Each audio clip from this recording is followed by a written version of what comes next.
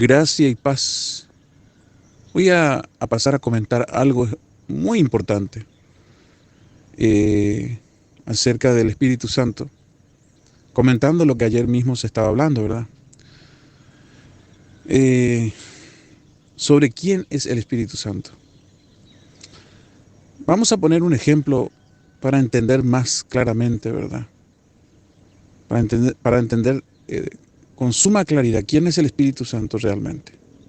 Cuando digo quién es, me refiero a qué es el Espíritu Santo y de dónde procede, porque sabemos que el Espíritu Santo no es una persona, una tercera persona de la Trinidad, pero sí podemos saber a quién pertenece.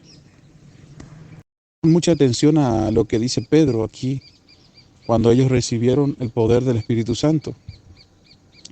Dice acá, mas esto es lo dicho por el profeta Joel. En los postreros días, dice Dios, dice Dios no es el Señor Jesucristo, es el Padre. Repito, esta profecía de Joel no es una expresión del Señor Jesucristo, sino del Padre. Dice Dios, derramaré de mi espíritu sobre toda carne. ¿Qué nos da a entender aquí claramente? Es que el Espíritu de Dios le pertenece a alguien. Eso es para descartar, obviamente, la Trinidad. La Trinidad se basa en decir que el Espíritu Santo es la tercera persona de esa Trinidad. Entonces, con esta afirmación de parte de Dios, diciendo que el Espíritu Santo le pertenece, dice, derramaré de mi espíritu, se descarta la Trinidad. Pero se deja notar claramente de quién es el Espíritu Santo. Y aquí lo dice el mismo Dios, derramaré de mi espíritu sobre toda carne. Derramaré de mi espíritu sobre toda carne.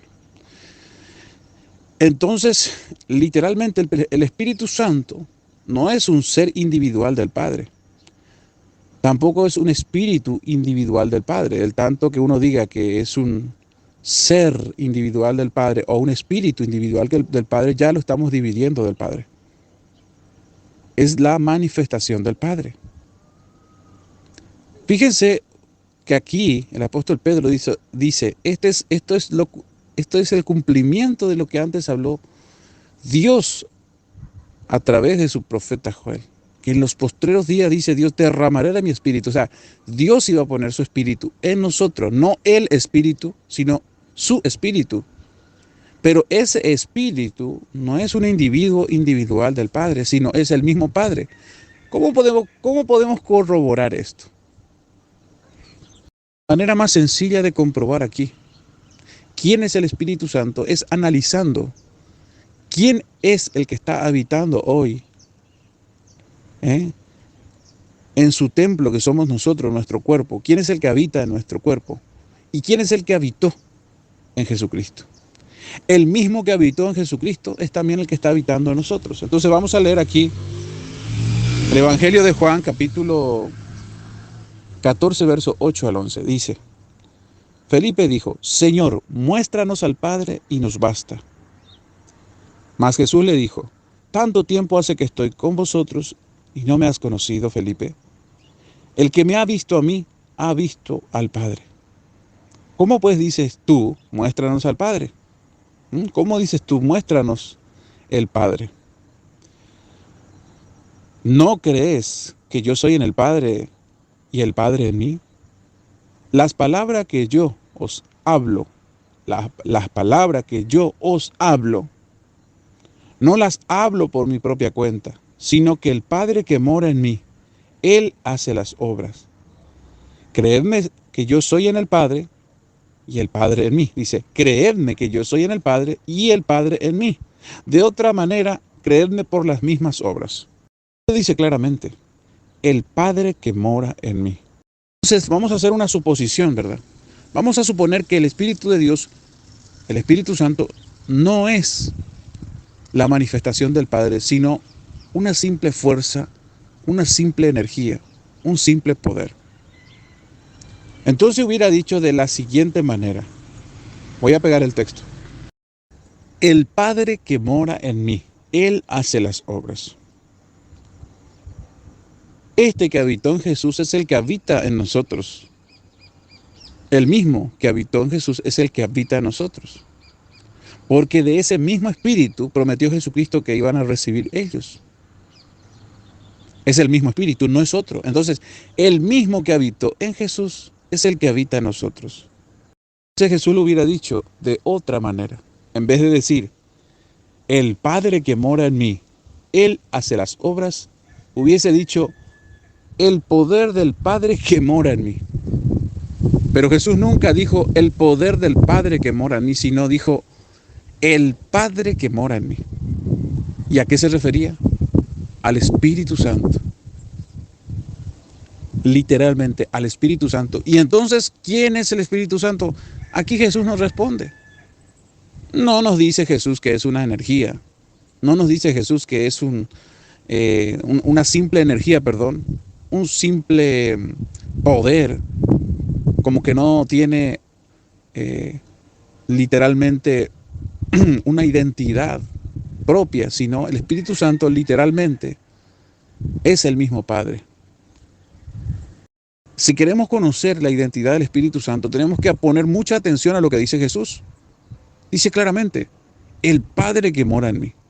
No dijo el poder del Padre que mora en mí, sino el Padre que mora en mí. ¿Y a través de qué moraba el Padre? A través de su Espíritu, no de el Espíritu, sino de su Espíritu. Y es ese mismo Espíritu que tiene hoy la Iglesia de Cristo. Es el mismo. Le voy a pegar el texto.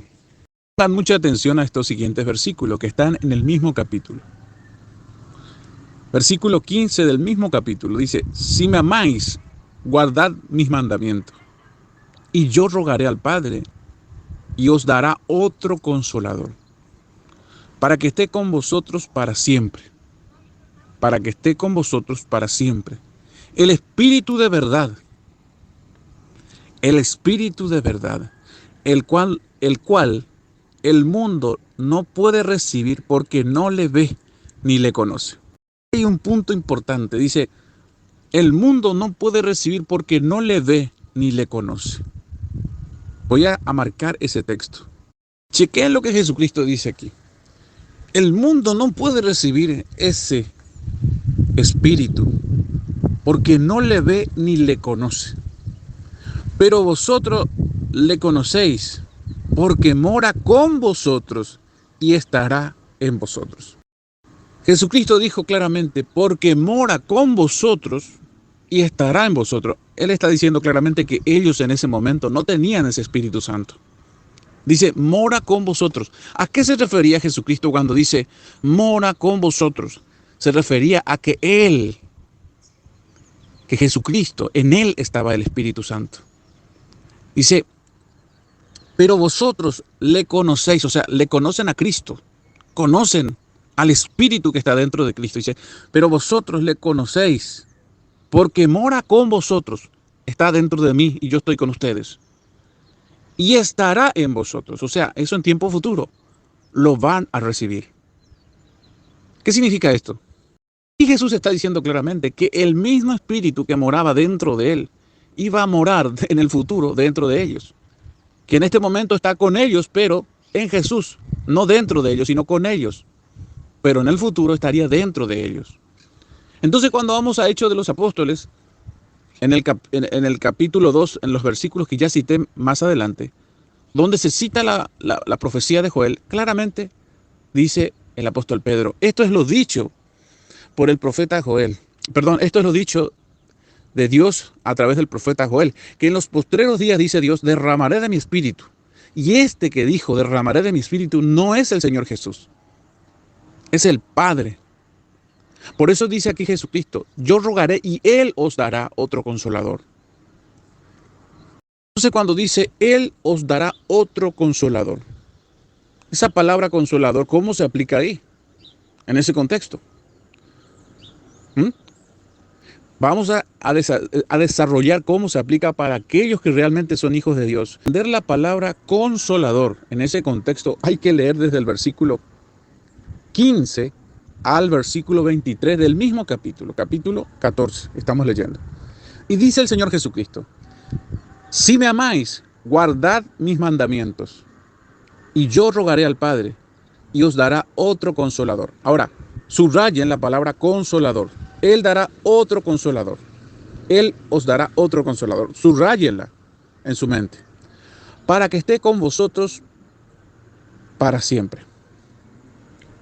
Él os dará otro consolador para que esté con ustedes para siempre. Cuando se refiere a otro consolador, también Jesús se está comparando a ese, porque dice, os dará otro consolador. Quiere decir que el primer consuelo es Cristo y el segundo es ese, ¿verdad? En ese contexto. Versículo 17. El Espíritu de verdad, ese es el segundo consolador, el cual el mundo no puede recibir porque no le ve ni le conoce. Pero vosotros le conocéis porque mora con vosotros, o sea, estaba dentro de él y estará en vosotros. A tiempo futuro lo iban a recibir. Aquí está la clave en el versículo 18. No os dejaré huérfano, no os dejaré huérfano, no les dejaré abandonado, dice Jesús. No les dejaré huérfano, vendré a vosotros. Esa es la promesa que hace el Señor Jesús. No les dejaré huérfano. Recuerden la palabra consolador. Él os dará otro consolador. Y la palabra no os dejaré huérfano. La palabra huérfano. No les dejaré solo. Entonces dice el versículo 18. No os dejaré huérfano. Vendré a vosotros todavía un poco y el mundo no me verá más. Pero vosotros me veréis, porque yo vivo, vosotros también viviréis. En aquel día vosotros conoceréis que yo soy en mi Padre y vosotros en mí y yo en vosotros. El que tiene mis mandamientos, dice Jesús, y los guarda, este es el que me ama. Y el que me ama será amado por mi Padre, y yo le amaré y me manifestaré a él. Jesucristo, me manifestaré a él. En ese versículo 21, habla en singular, dice, me manifestaré a él. Al que me ama y guarda mis mandamientos, mis mandatos, me manifestaré a él. Ahora seguimos en el verso 18. Y le dijo Judas, no el Iscariote, Señor, ¿cómo es que te manifestarás a nosotros y no al mundo? En singular, te manifestarás. Versículo 23 responde. Y él le dijo, el que me ama, mi palabra guardará, y mi Padre le amará. Y vendremos a él y haremos morada con él. Plural, haremos morada con él. Este es el Espíritu Santo de Dios que iba a venir. Y es de esa manera que ellos iban a ser consolados para no sentirse huérfanos. Eso Jesús le dice en el versículo 18, no les dejaré huérfanos, vendré a vosotros a través de ese Espíritu Santo, que no es una energía, un poder simple como lo dicen los testigos de Jehová, sino que es la manifestación del Padre. Y Jesús le dice a sus apóstoles, en aquel día sabrán que yo estoy en mi Padre. Que yo estoy en mi Padre, y vosotros en mí, y yo en vosotros, etcétera, etcétera. O sea, que está hablando ahí de la común unión a través del Espíritu Santo de Dios. Entonces el apóstol Pablo dice que nosotros somos el templo del Dios viviente, no el templo del poder de Dios. Repito, no dice que somos el templo del poder de Dios, sino el templo de Dios. Entonces, cuando decimos que tenemos el Espíritu Santo, pero que pensamos que es un poder, estamos entonces mintiendo acerca de decir que somos el templo de Dios. ¿Por qué? Porque si Dios literalmente no habita en nosotros, no somos el templo. Pero si Él habita, sí somos el templo. Entonces, ¿quién tiene que habitar para que nosotros seamos templo? ¿Quién tiene que habitar en nosotros para que nosotros seamos templo? Es el Espíritu de Dios, que es Dios mismo. Su Espíritu, su presencia.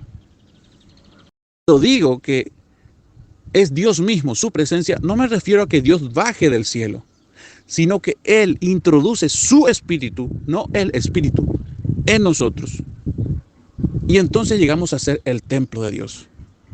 Como Jesús fue el templo de Dios cuando dijo, el Padre que mora en mí, así mismo también. Nosotros somos el templo de Dios. Y voy a traer la cita aquí de lo que dice el apóstol Pablo. Esa es la pregunta que le hace el apóstol Pablo a los Corintios. 1 Corintios capítulo 3, verso 16. ¿No sabéis que sois templo del Dios viviente y que el Espíritu de Dios mora en vosotros? ¿No sabéis que sois templo de Dios y que el Espíritu de Dios mora en vosotros? El Espíritu de Dios, no dice el poder de Dios, el Espíritu de Dios. Entonces, si el Espíritu de Dios fuera simplemente un poder, una energía, no fuéramos templo, porque Dios no estaría habitando, sino simplemente un poder. Adelante, en la misma carta, pero en el capítulo 6, verso 19, hace otra pregunta. ¿O ignoráis que vuestro cuerpo es el templo del Espíritu Santo? Dice que es el templo del Espíritu Santo y allá dice que es el templo de Dios. Templo del Espíritu Santo y templo de Dios. Está diciendo claramente que Dios es el Espíritu Santo, porque está diciendo en el primer versículo que cité, 1 Corintios 3:16, ¿o no sabéis que sois el templo de Dios y que el Espíritu Santo de Dios mora en vosotros? O sea, templo de Dios, dice ahí, y aquí dice, ¿o ignoráis que vuestro cuerpo es el templo del Espíritu Santo? Entonces pongan mucha atención aquí. En el primer versículo dice, el templo de Dios. Y en el segundo versículo dice, el templo del Espíritu Santo. ¿Qué está diciendo el apóstol Pablo? ¿Qué está diciendo aquí? Que el Espíritu Santo es, literalmente, Dios. Que es su manifestación.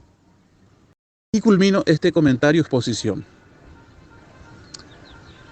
repitiendo lo que dice aquí, el versículo 16 del capítulo 3 de 1 Corintios.